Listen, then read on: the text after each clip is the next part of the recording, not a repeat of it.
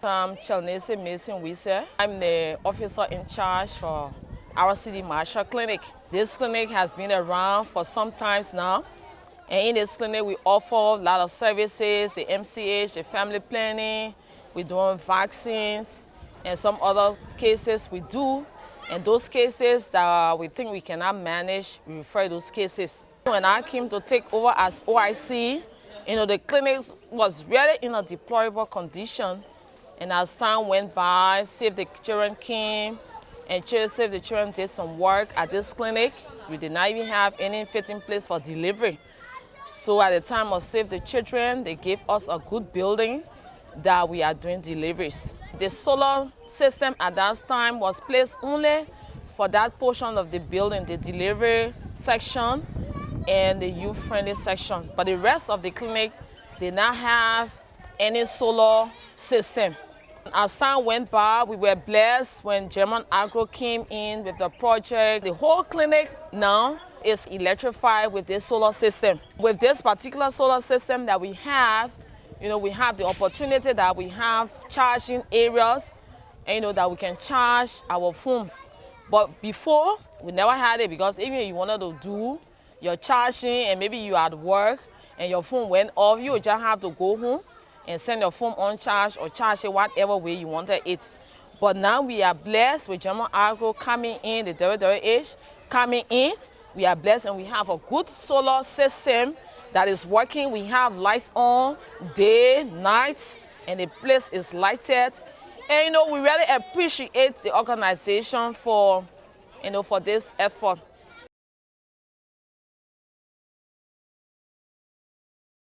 This system is a 1.3 kilowatt system, 4 panels up, and then that comes through this system, through the conduit. All the cables are routed through this conduit, and we'll have the combiner box for all of the strings.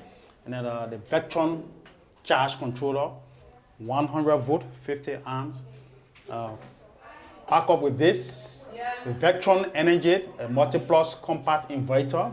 It's an inverter charger, but we are only using one portion of it, which is, it just works as an inverter now, connected to the system.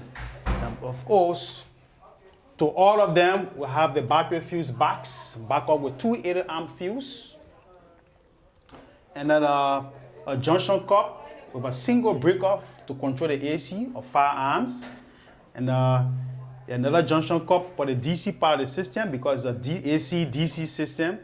And it has 3 breakers, one for the outside light, which we call security light, one for the internal light, which we call the inside light, and the other one for the triage.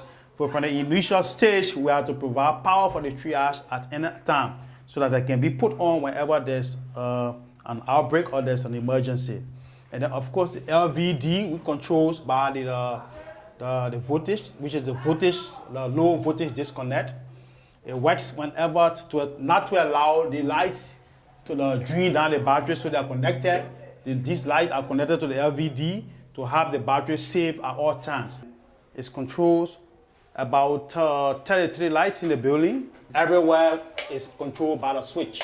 Every room has a light in this building. It's almost like Christmas, I would say, Christmas lights. So it is all in the building. And then to every room, it has a switch for control. So far as this, and it has 255 amp battery, 12 P6, 2 volt each cell. I'm gonna open it. Let me take my time to open this. Sorry, it's kind of problem, but a total of 12 batteries, 255 amp each. And then of course they are in series. So it's actually 255 amp at 24 volts. So far, that's it. The system is also grounded. The ground rod is at the back of the building for length protection. The battery should last for the 8 to 10 years. And of course, the charge controller and these components should go along with the battery, which is 8 to 10 years, and the panel should go for about 25 years. After the installation, they are trained on how to put it on and switch it off. Put it on whenever you need power for phone charging, or you need power for your computer, or you need power for something that you want to use. But don't keep it on 24 hours, we recommend, because when you just got it on and there's no power, you are not using it, it drains the battery.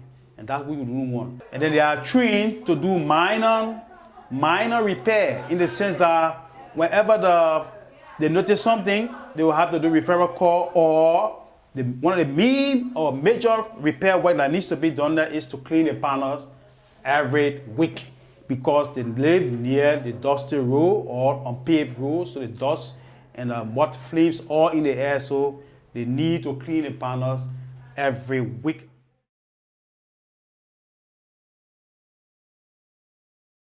Every quality system installed should be grounded, and so we did.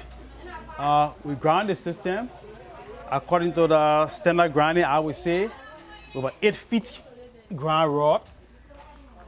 About 7.5 feet is on the ground, and then just half foot distance is up. And then in the building, we grounded the charge controller, we grounded the inverter, and we grounded the panels.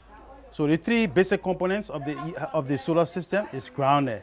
So these are the 2 cables coming down, one from the control area where the charge controller and the inverters are installed, and the other bigger one with 60 millimeter ground cable from the panel. And the other cable is just 6 millimeter for the component grounding. So this is the grounding rod. Like you see, it's grounded, rod protector for corrosion and rain. So we work like this. It's actually meant for the leg, for protection. We call it protective earth for the equipment not to damage so easily.